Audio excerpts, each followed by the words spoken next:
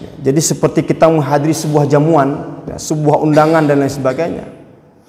Maka Al-Quran adalah diyafatur Rahman, undangan ataupun jamuan daripada Allah Subhanahu wa taala yang senantiasa sejatinya kita baca sebagai petunjuk, sebagai pembimbing arah. Memang sebagian isi Al-Quran itu berkisah tentang ketika ayat itu turun kepada baginda Rasulullah SAW. Makanya sebagian isi Al-Quran ada yang mulai dengan yas'alunaka, mereka menanyakan kepadamu hai Muhammad, qul, maka jawablah, dan seterusnya. Tapi Ali bin Abi Thalib mengatakan, usahakan tadabbur isi Al-Quran dengan cara apa? Bacalah seakan-akan Al-Quran itu diturunkan langsung kepadamu. Terus mendalami isi Al-Quran dan berusaha untuk menyampaikannya dan mengajarkannya. Tabligh dan ta'lim itu. Ya, karena sebaik-baik pekerjaan dan sebaik-baik urusan adalah bagaimana kita mengajarkan Al-Quran. Terkadang hal-hal seperti ini sepele saya katakan. Tapi dari sekian banyak guru yang paling berharga dalam hidup saya kira adalah. Assalamualaikum warahmatullahi wabarakatuh. Anda rindu mendengarkan kajian-kajian dari ustadz-ustadz kita dari Aceh? Kunjungi channel YouTube Maulizul Akbar NAD. Subscribe, like, share, komen.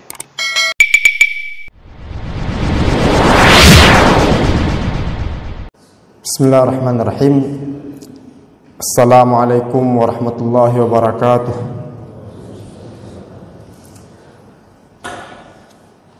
Asbahna asbahal mulku lillah walhamdulillahi la syarika lah, la ilaha illallah nusyur. Asbahna ala fitratil Islam wa kalimatul ikhlas wa ala din nabiyina Muhammadin sallallahu alaihi wasallam wa ala millati abina Ibrahim hanifan muslima wa ma kana musyrikin. Subhanaka la ilma lana illa ma 'allamtana innaka antal alimul hakim. Allahumma 'allimna ma yanfa'una wanfa'na ma 'allamtana. Allahumma ati nufusana taqwaha wa zakkiha anta khairu man zakkaha anta waliyuha wa mawlaha. Rabbi shrah li sadri wa yassir li amri wahlul 'uqdatam min lisani yafqahu qawli. Rabbana zidna 'ilma warzuqna fahma. Allahumma la sahla illa ma ja'altahu sahla anta taj'alul huzna idza syi'ta sahla. Hadirin jamaah sekalian dimuliakan Allah. Alhamdulillah kita baru saja menunaikan ibadah salat fardu subuh berjamaah, dan subuh merupakan salat yang dipersaksikan oleh para malaikat. Semoga Allah terima amal ibadah kita dan Allah jadikan sebagai bekal di akhirat kelak. Amin ya rabbal alamin.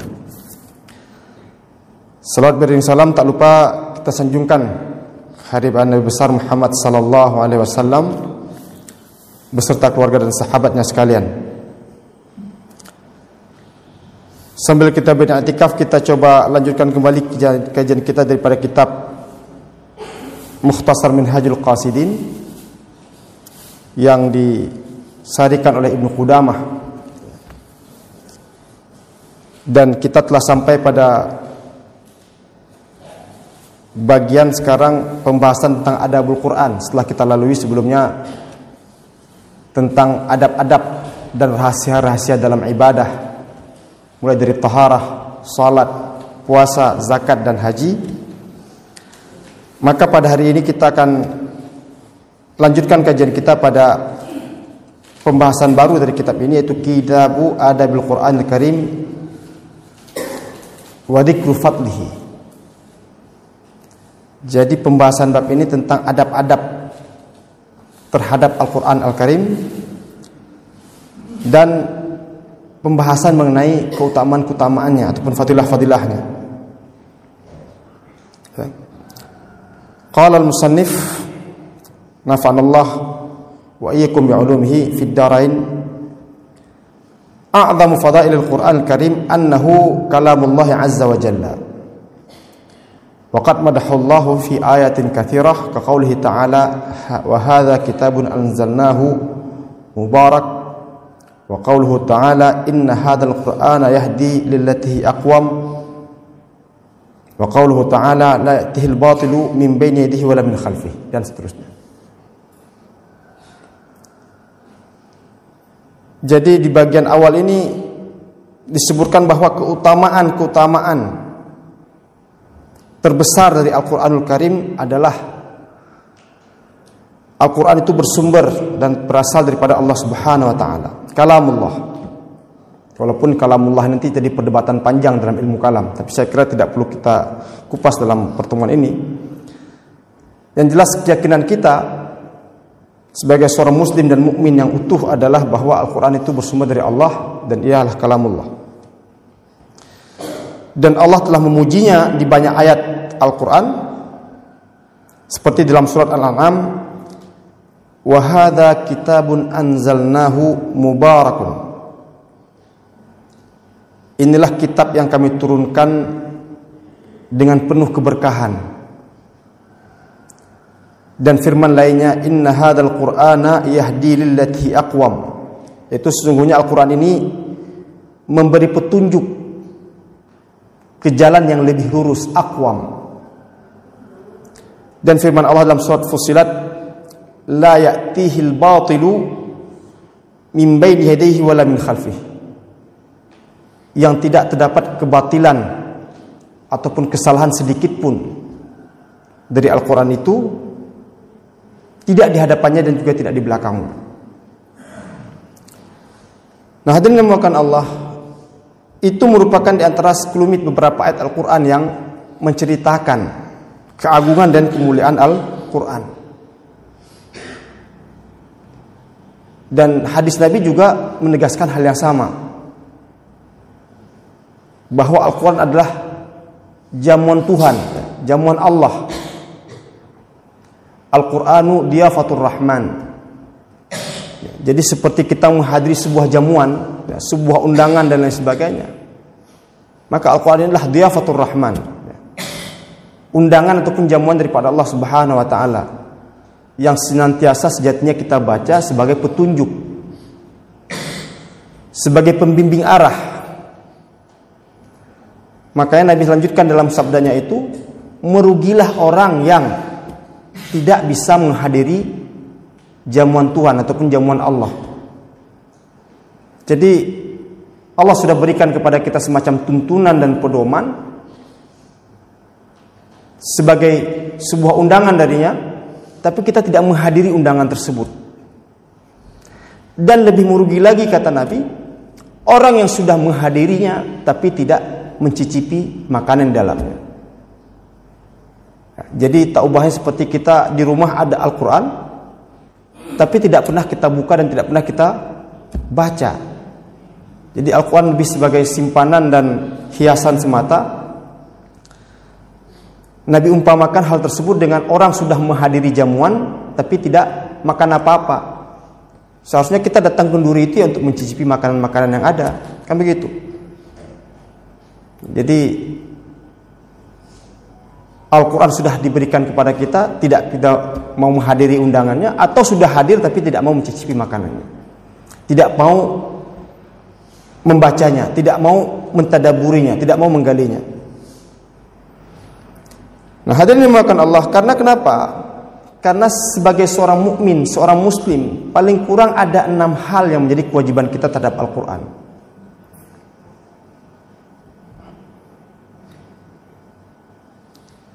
Jadi 6 hal itu mesti kita tunaikan dan mesti kita laksanakan sebagai seorang mukmin yang utuh terhadap Al-Quran. Dan hal yang pertama tentu adalah tayakunan, meyakini terlebih dahulu. Makanya di bagian awal surat Al-Baqarah pun Allah sudah sebutkan, dzalikal kitabu la raiba fihi hudal muttaqin. Yaitu kitab ataupun pedoman yang tidak ada keraguan sedikit pun di dalamnya. Ya, tidak ada sebuah tuntunan ataupun pedoman yang sejak bagian awal disebutkan bahwa tidak ada keraguan di dalamnya kecuali hanya Al-Quran ini. Jadi itu kewajiban kita yang pertama terhadap Al-Quran, itu meyakini kebenaran isi Al-Quran itu, meyakini bahwa Al-Quran itu berasal daripada Allah Subhanahu wa Ta'ala, bukan seperti dakwaan dan sangkaan orang-orang jahiliyah, asatirul awalin kata mereka, karena ketika mereka menghujat Nabi dan mengatakan apa yang dibawa oleh Muhammad adalah asatirul awalin, ya, dongeng umat-umat terdahulu dan lain sebagainya. ataupun kalamul majanin, bahasanya orang gila dan lain sebagainya. Tapi kita sebagai mukmin yakini utuh adalah Al-Quran bersumber dari Allah Subhanahu wa taala. Tayakunan. Melangkah kemudian setelah kita meyakini Al-Quran sebagai bersumber daripada Allah, yaitu tilawatan. Ya. Jadi membaca Al-Quran.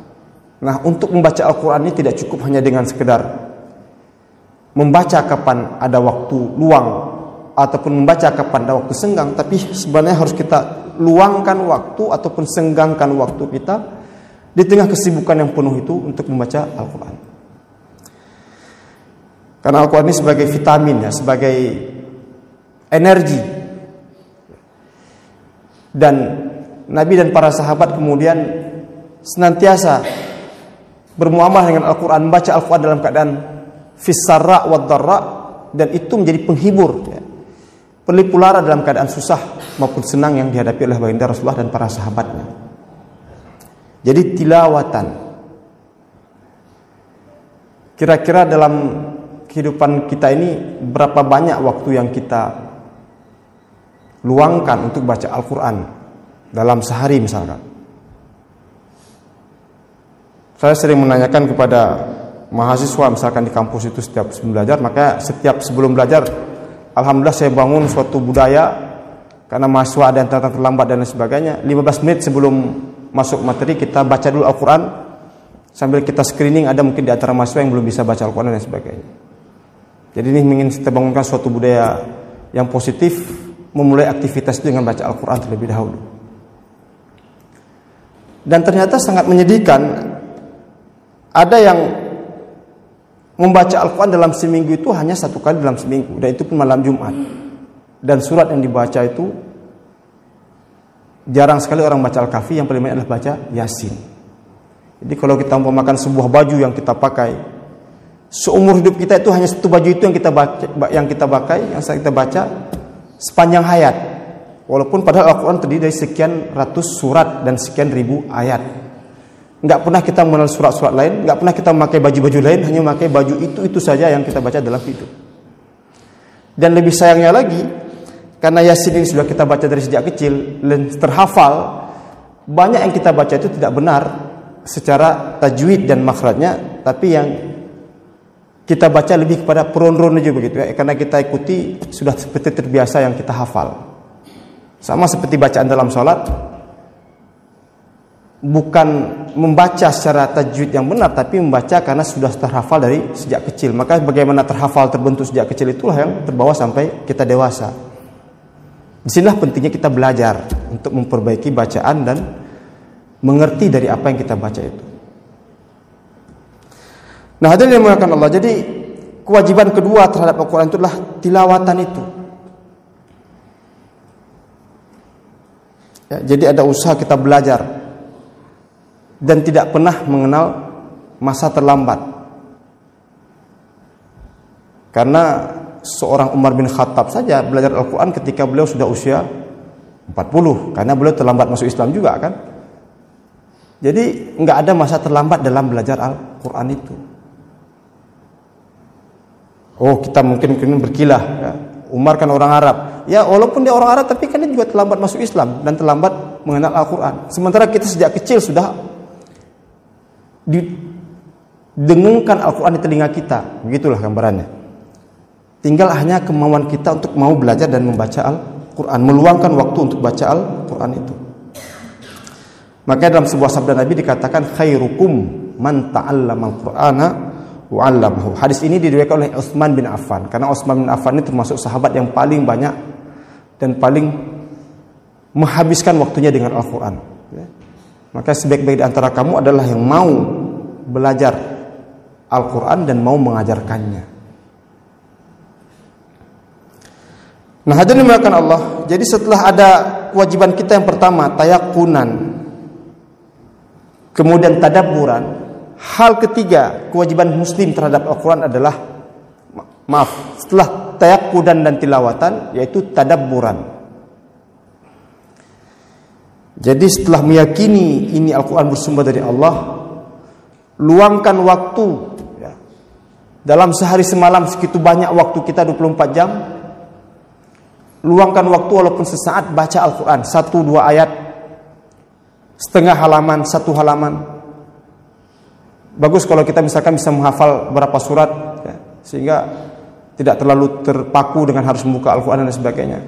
Minimal kita bacalah surat Al-Muluk sebelum tidur, kan begitu. Tabarakalladzi biyadihil mulku wa huwa ala kulli syai'in qadir, yang mudah-mudahan memberi syafaat kepada kita di alam barzah, dalam kubur nanti.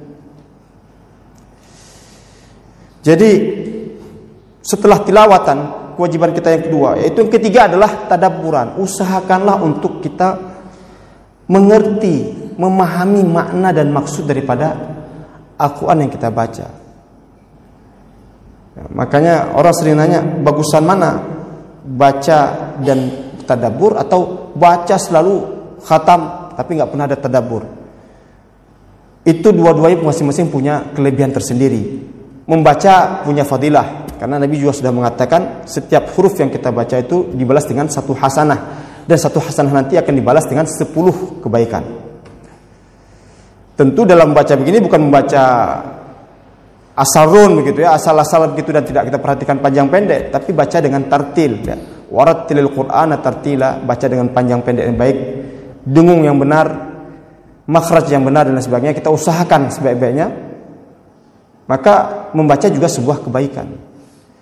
Lalu membaca dan tadabbur itu juga sebuah kebaikan yang lain. Cuman jangan dipaksakan harus khatam dalam sekian ya. Usahakanlah sambil kita membaca, kita pelan-pelan menyelami makna dan isi daripada Al-Quran yang kita baca itu. Karena kalau dalam kitab At-Tibyan fi Adabi Hamalatil Quran, karangan yang cukup tersohor dari Imam An-Nawawi, dan buku ini sudah diterjemahkan ke bahasa Indonesia. Kalau kita tengok Ustadz Hidayat, Adi Hidayat merekom untuk dibaca oleh siapapun yang ingin mempelajari Al-Quran. Sudah diterjemahkan adab penghafal Al-Quran, begitu lebih kurang terjemahannya dalam bahasa Indonesia. Kalau kita lihat salafus salih dahulu, mereka itu mengkhatam Al-Quran setiap 3 hari sekali. 3 hari sekali berarti dalam 1 hari itu paling kurang 10 juz.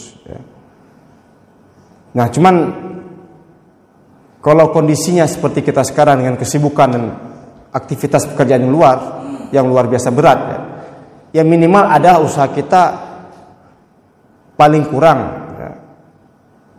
1 bulan sekali ataupun 2 bulan sekali untuk mengkhatam Al-Quran ya. Jadi paling kurang dalam sehari bisalah mungkin 1 juz atau 2 juz dan lain sebagainya. Kan sekarang sudah ada istilah 1 day 1 juz, kan begitu. Jadi harus diluangkan waktu itu untuk baca Al-Quran. Nah, kemudian dalam ini apa? Tadabbur. Apa itu tadabbur? Tadabbur adalah berusaha menangkap maksud, menyelami makna, menghayati isi daripada apa yang kita baca dari Al-Quran. Makanya Allah sempat marah sama orang-orang munafik itu. Dalam surat An-Nisa Allah katakan apa? Afala yatadabbaruna al-Quran am ala qulubin aqfaluha. Jadi orang-orang munafik itu ngaku-ngakunya orang mukmin.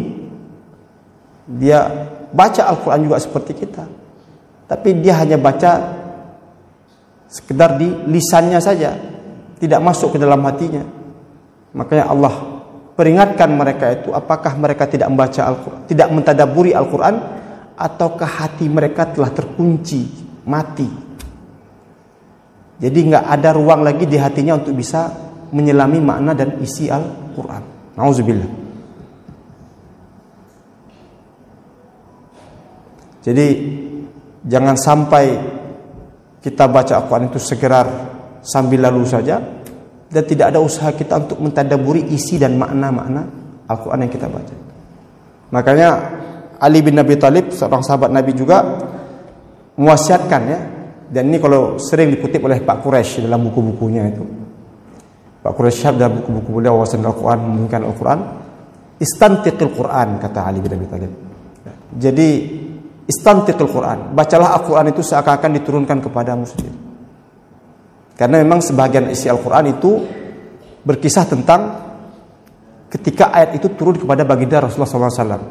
Makanya sebagian isi Al-Quran ada yang mulai dengan yas'alunaka, ya.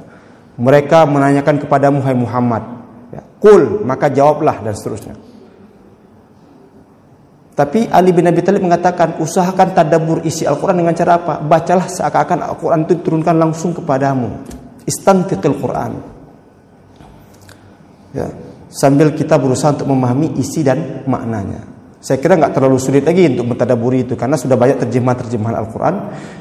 Walaupun terjemahan itu bukan langsung persis sama isi Al-Quran itu, tapi paling kurang sudah membantu kita memahami makna dan pengertian daripada ayat-ayat yang kita baca tersebut. Nah, hadirin dimulakan Allah, yang setelah tadabbur, yang keempat adalah amalan. Ini yang paling penting. Mengamalkan apa yang sudah kita ketahui daripada Al-Quran itu. Jadi meyakini, membaca, menghayati, mengamalkan. Ya, supaya meresap, ya, supaya merasuk dalam setiap sumsum tulang yang ada dalam tubuh kita itu, dan kemudian menggerakkan kita kepada amalan. Banyak orang sudah mengetahui isi Al-Quran tapi tidak tergerak untuk membantu ataupun untuk mengamalkannya. Makanya terkadang kita berpikir pengetahuan itu penting, tapi pengetahuan itu menjadi sesuatu yang tidak apa-apa, tidak sia-sia. Menjadi sesuatu yang sia-sia ketika tidak bisa menggerakkan seorang itu kepada amalan. Begitu lebih kurang pesan daripada Imam Al-Ghazali. Ya, Imam Al-Ghazali juga menulis banyak kitab. Ya. Jadi seharusnya sebuah ilmu itu menambah pengetahuan bagi dirimu, tapi juga menambah dan mendorong dirimu untuk mengamalkannya. Karena Nabi sendiri bersabda, "Manizdada ilman lam yazdad huda, lam yazid illa bu'da." Kalau orang bertambah ilmunya, bertambah pengetahuannya, tapi tidak bertambah dekat dengan Allah, maka tidak ada manfaat dari apa yang dia dapat dari ilmu itu. Maka dia bukan bertambah sesuatu, bahkan bertambah jauh. Ilmunya semakin luas, tapi tidak menggerakkan dia untuk lebih dekat dengan Allah. Ilmunya semakin luas, tidak menggerakkan dia kepada amal. Berarti tidak ada faedah apa-apa dari ilmu yang dia peroleh.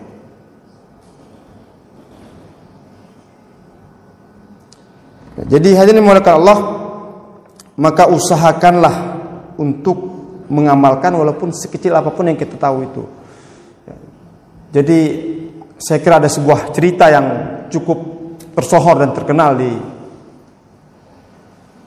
bagi warga Muhammadiyah lah misalkan, tentang ketika Kiai Haji Ahmad Dahlan sepulang dari Mekah dan beliau mengajarkan tafsir Al-Quran ke masyarakat di sana, dan beliau mengajarkan surat Al-Ma'un gitu ya. Ara'aital ladzi yukadzibu biddin fadzalikal ladzi yad'ul yatim, dan seterusnya. Dan dalam beberapa pertemuan beliau terus mengulang Al-Ma'un itu sampai para jamaahnya menggerutu gitu ya. Para jamaahnya menggerutu mengatakan, ini ustadz baru pulang dari Mekah, apa nggak ada bahan begitu ya? Kok cuman ini nih yang diulang-ulang gitu. Ini nih yang disampaikan. Kan begitu sering kita dalam pahami. Ini yang mungkin udah habis bahan, jadi dia hanya mengulang-ulang apa yang dia tahu itu saja. Tapi kemudian Kiai Haji Madhan menanyakan kepada para jamaahnya, ini sudah kita baca, ini kira-kira apa yang sudah kita perlakukan? Ara'aital ladzi yukadzibu biddin, apakah kalian tahu orang yang mendustakan agama? Fadzalikal ladzi yad'ul yatim wa la yahuddu ala ta'amil miskin, yaitu orang yang menghadiah anak yatim dan tidak memberi makan fakir miskin. Kira-kira dari berapa ayat itu apa yang sudah kita lakukan, katakan. Barulah kemudian para jamaah tergerak, barulah tersadar bahwa bukan pengetahuan itu yang paling penting, bukan ilmu itu yang paling penting, tapi bagaimana ilmu yang kita dapat menggerakkan kita kepada amal. Ilmu itu baru bermanfaat dan berguna. Makanya kemudian alhamdulillah Muhammadiyah menjadi sebuah gerakan yang bukan hanya sekedar keilmuan, ya, tapi juga gerakan dakwah dan gerakan sosial, ya, terbesar mungkin bukan hanya di Indonesia tapi juga di dunia, karena jumlah masyarakatnya dan komunitasnya banyak sekali. Jadi itu yang paling penting, bagaimana menggerakkan kita kepada amal. bukan hanya sekedar tahu tapi mengamalkannya. Jadi bisa kita ikut kayak moto Kementerian Agama lah, ya, ikhlas beramal. Masalah nanti bagaimana itu urusan penting, ikhlas beramal kayak Kementerian Agama lah. Gitu. Hadirin melakukan Allah. Hal yang keempat, ya, setelah tayakunan meyakini, membaca, mentadaburi, mengamalkan. Nah, ini yang kelima dan keenam ini butuh kepada perangkat ilmu lain, ya, yaitu ta'lim dan tabligh. Ya. Dua hal lagi yang kita sampaikan, kewajiban kita sebagai seorang muslim terhadap Al-Quran adalah ta'lim dan tabligh. Ta'lim itu berkaitan dengan mengajarkan Al-Quran ini kepada orang lain. Maka Rasulullah katakan khairukum man ta'allamal Qur'ana wa 'allamahu. Ya, sejauh yang kita ketahui, oh kita mengerti cara membaca Al-Quran dengan baik dan benar, itu yang bisa kita ajarkan kepada orang lain, enggak masalah. Kita sudah mengerti isinya, maka tabligh, sampaikan kepada orang lain. Dan ini berpulang pada diri kita masing-masing. Sejauh mana kita yang sudah kita ketahui, maka ada usaha kita untuk terus belajar, terus mendalami isi Al-Quran, dan berusaha untuk menyampaikannya dan mengajarkannya. Tabligh dan ta'lim itu. Ya, karena sebaik-baik pekerjaan dan sebaik-baik urusan adalah bagaimana kita mengajarkan Al-Quran. Terkadang hal-hal seperti ini sepele saya katakan, tapi dari sekian banyak guru yang paling berharga dalam hidup saya kira adalah guru kita di tingkat dasar dan guru-guru di TPA, tanpa mengurangi hormat kita pada guru-guru yang lain saya katakan. Karena terkadang kita terlalu terkecoh, misalkan yang kita anggap guru ya harus misalkan di lembaga pendidikan tinggi, ya di kampus dan lain sebagainya. Tapi yang paling berharga saya kira adalah guru-guru di tingkat dasar, min, TK itu ataupun TKA, TPA itu. Kenapa? Karena mereka yang pertama kali mengajarkan huruf hijaiyah kepada si anak. Dengan itu si anak bisa membaca Al-Quran. Karena dengan mereka mengajarkan huruf alfabet pertama sekali, dan itu kita bisa membaca buku yang begitu luas kemudian. Makanya kalau saya menyarankan kepada para orang tua, jadilah sebagai guru pertama bagi anak-anaknya. Jadi kalau bisa, orang tuanya langsung yang mengajarkan si anak itu untuk bisa baca Al-Quran, untuk bisa mengenal huruf. Enggak usah jauh-jauh, minimal kenal huruf A, Ba, Ta. Itu saya dulu kenalkan kepada si anak. Cuman terkadang kita ya mungkin terlalu sibuk karena kita nggak mau meluangkan waktu. Dan mungkin kita sudah punya katakanlah kemampuan dan kelebihan harta dan sebagainya. Tinggal kita cari ustaz. Sehingga si anak itu nggak terlalu berkesan dengan orang tuanya. Tapi kalau seandainya si orang tua langsung yang mengajarkan kepada si anak membaca dan mengenal Al-Quran, itu akan terus berbekas sampai dia dewasa kemudian. Dan itu menjadi amal jariah terbesar orang tua kepada anaknya.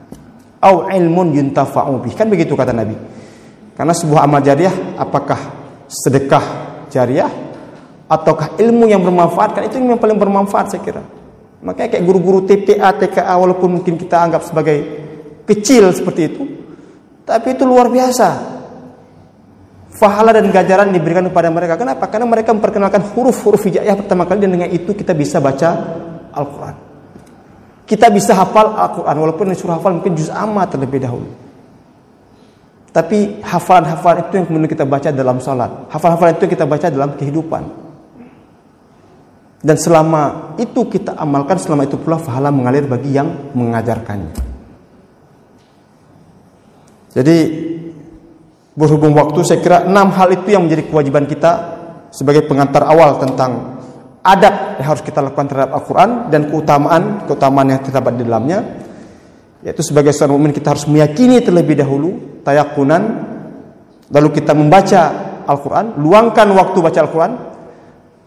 Ya, mudah-mudahan itu sebagai gizi bagi hati, gizi bagi jiwa kita.